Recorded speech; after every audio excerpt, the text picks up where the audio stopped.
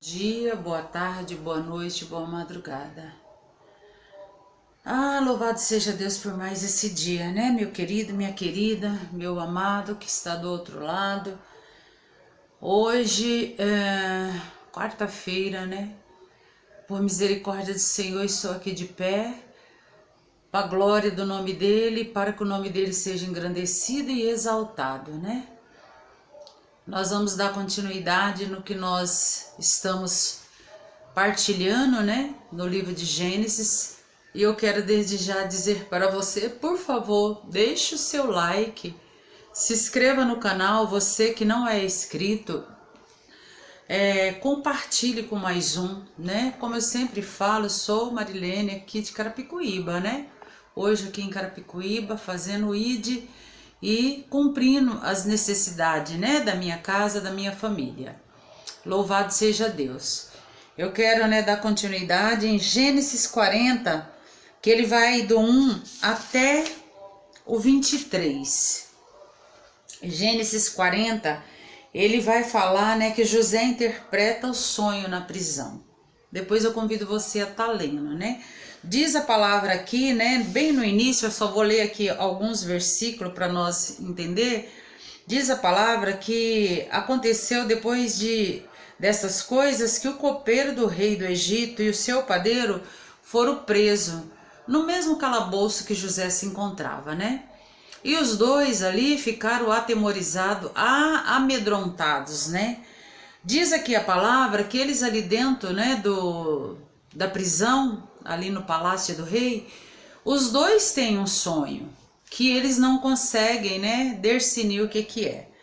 José olha para eles, né, e vê a aflição na sua alma, a perturbação na mente, vai até eles e pergunta o que está acontecendo.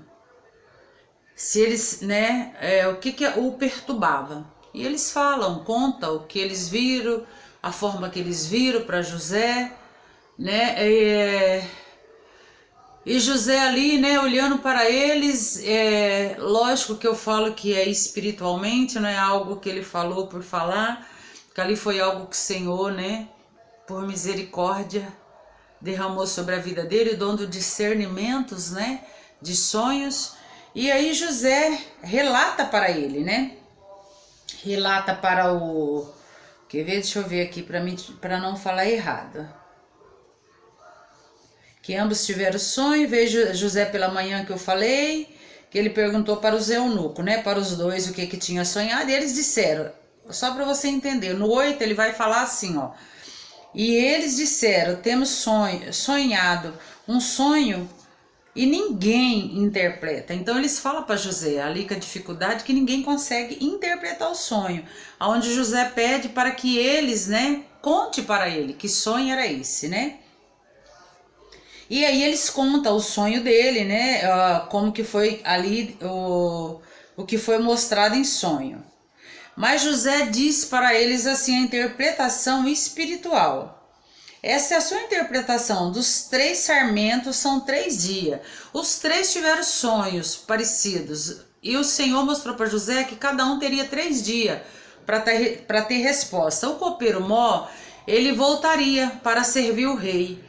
O padeiro aqui também voltaria, porém o padeiro em 3 dias ele faria um banquete, mas morreria. Só que José fala para o copeiro, olha, quando você estiver ali diante do rei, lembra de mim, fala de mim, né? Eu não mereço estar aqui, eu não pedi para estar aqui, eu não fiz nada para estar nesse calabouço, né? Para que ele me tire daqui, né? Diz a palavra, se a gente for ler mais adiante, né?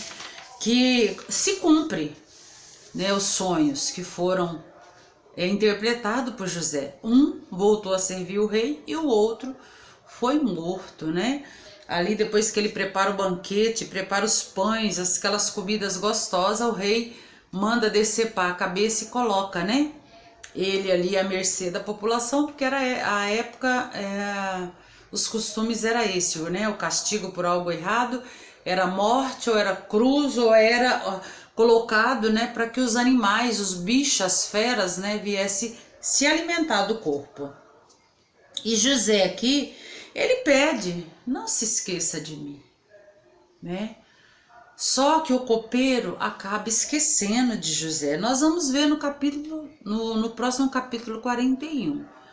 Nós vemos aqui que o copeiro, né, se cumpre o que o Senhor prometera, só que neste momento ele esquece de José, né? E José continua na prisão, né?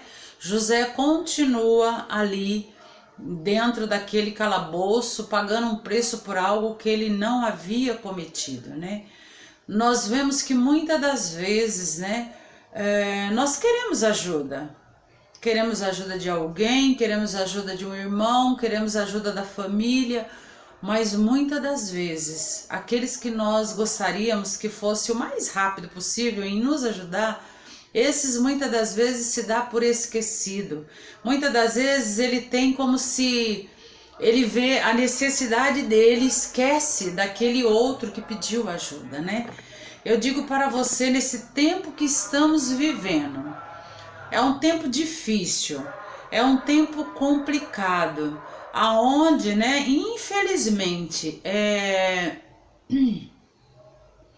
nós vivemos assim com dificuldade até mesmo, né, em acreditar, com dificuldade até mesmo em confiar, porque nós vivemos tempos difíceis, né? Nós vemos aqui que José confiou, depois que ele ali, né, revelou o sonho do que o Senhor havera mostrado, e ele ali pediu, né? Eu não sei você, né? Não sei como que eu faria nessa condição, mas a primeira coisa que no meu coração, se alguém faz algo que para mim, né, foi bom, que para mim trouxe algo positivo, com certeza eu já vou lembrar. Eu sou assim, eu não sei como você é. Ah, mas a gente não pode ser assim, que nós vivemos tempos difíceis. Sim, mas precisamos estar com o nosso coração no céu. Precisamos estar com os nossos ouvidos atentos no céu. Porque nós, enquanto cristãos, nós precisamos ser diferente. Nós não podemos ser como os outros. Nós vivemos um tempo onde até dentro da casa do Senhor temos medo. Medo de abrir a boca até em orar, até em falar com o Senhor a minha necessidade ou a minha gratidão, porque temos medo de quem vai ouvir, o que vai pensar, se for uma oração de clamor por uma necessidade, por algo que está acontecendo na minha casa, na minha família, nós temos medo que ouça. Ou se for de agradecimento por algo que recebemos, por uma promessa que se concretizou, nós também temos medo. Gente, que mundo que vivemos! Por isso que eu sempre, né, penso e falo, né, temos que estar ligado no trono, temos que estar ligado na graça, temos que estar ligado assim no que o Senhor nos conduz, que nós estamos vivendo os tempos difíceis. Eu sempre, às vezes, quando eu comento, eu falo assim, que eu lembro quando nós íamos de Minas, né, que eu sou nascida em Minas, mas desde 71 estamos aqui, né, em São Paulo.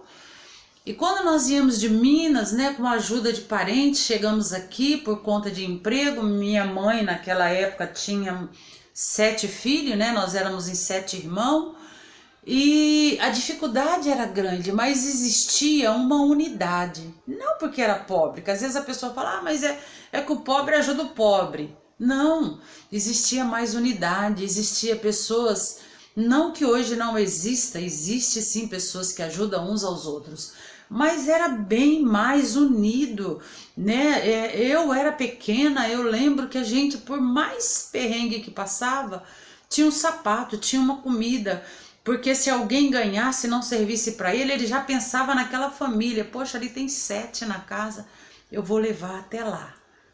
E hoje nós até temos tudo isso, sim, mas muitas das vezes, se eu passar uma necessidade hoje, de repente alguém souber, isso chega ao meu coração ou chega ao coração dessa pessoa como se fosse uma derrota, como se ninguém fosse ileso de passar por uma condição difícil, né? E todos nós podemos passar por uma situação complicada a qualquer momento.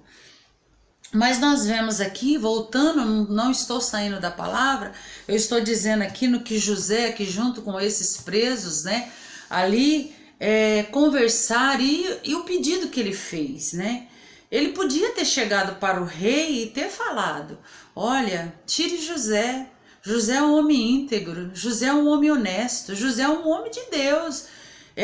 Tudo que José fala é do Senhor. Ele não fez nada. Ele poderia ter defendido essa causa, mas enfim ele não fez, né? Neste momento, até esse versículo 23, ele não fez, né? Nós vemos que vai ter outras situações até que ele saia dessa prisão.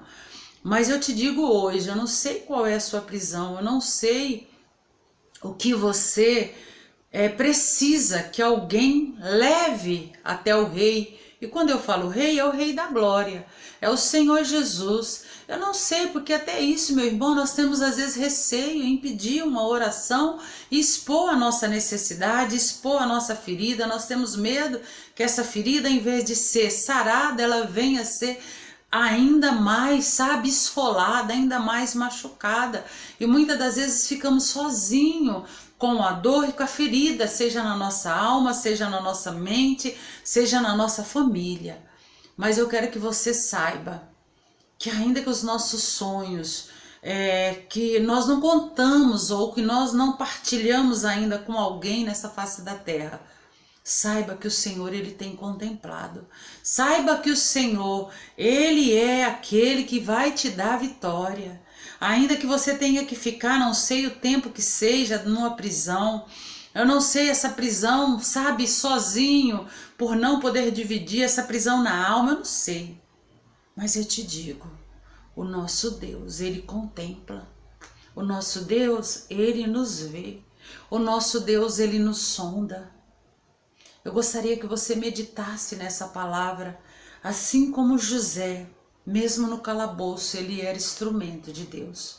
Mesmo dentro de uma prisão, ele não recusou. Ele poderia ter gritado, ele poderia ter falado lá para esses homens: eu não vou interpretar nada, que eu estou aqui sofrendo. Ou poderia ter feito como muitos fazem, né? Uma aliança diabólica, perturbadora, para ter um êxito para sair dali. Mas não, ele permaneceu em silêncio, confiando no Senhor. Mesmo que ele ajudou aquele ali que precisava, ele continuou confiando na promessa e esperando no Senhor. Então eu te digo, eu não sei o tamanho do seu sonho, continue confiando no Senhor, continue esperando no Senhor. Eu estou esperando nele. Com tudo isso que estamos vendo dia após dia, o Senhor é o nosso socorro. Quando você olhar para o alto, quando você contemplar o céu, saiba que existe um Deus que está olhando para você, para a sua casa, para a tua família, para a sua dificuldade, seja ela qual for. Que às vezes a dificuldade minha e sua é diferente, mas o Senhor, ele continua trabalhando. Amém? Fique na paz do Senhor, que o Senhor te abençoe e te guarde, que ele faça resplandecer a face dele sobre ti, e se ele permitir, estaremos de volta no nome de Jesus. Amém? Um grande beijo.